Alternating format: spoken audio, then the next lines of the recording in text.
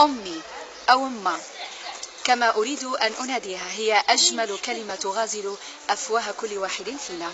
الأم هي سر الحنان، هي العطاء، هي التي تسهر من أجل نجاحنا نحن.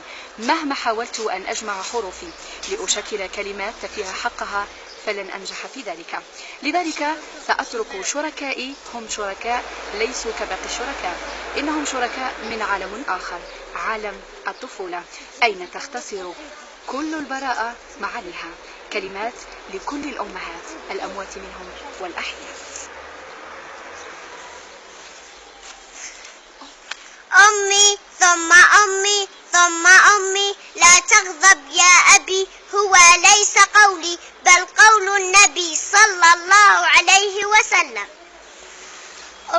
أمي أنت نور على الأرض ينير طريقي. أمي أنت نجمة سماوية. أمي أنت قلب نابض بالحياة.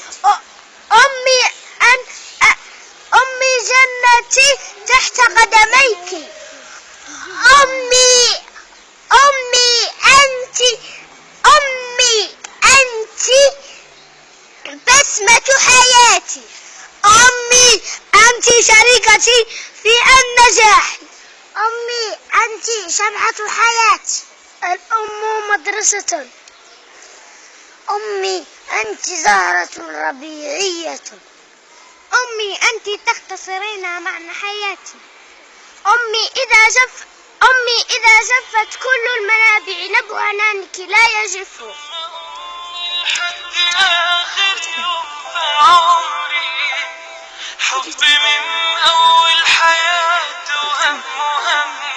همي، اللي كتر خيرها داخلها في دمي وعايش فيه.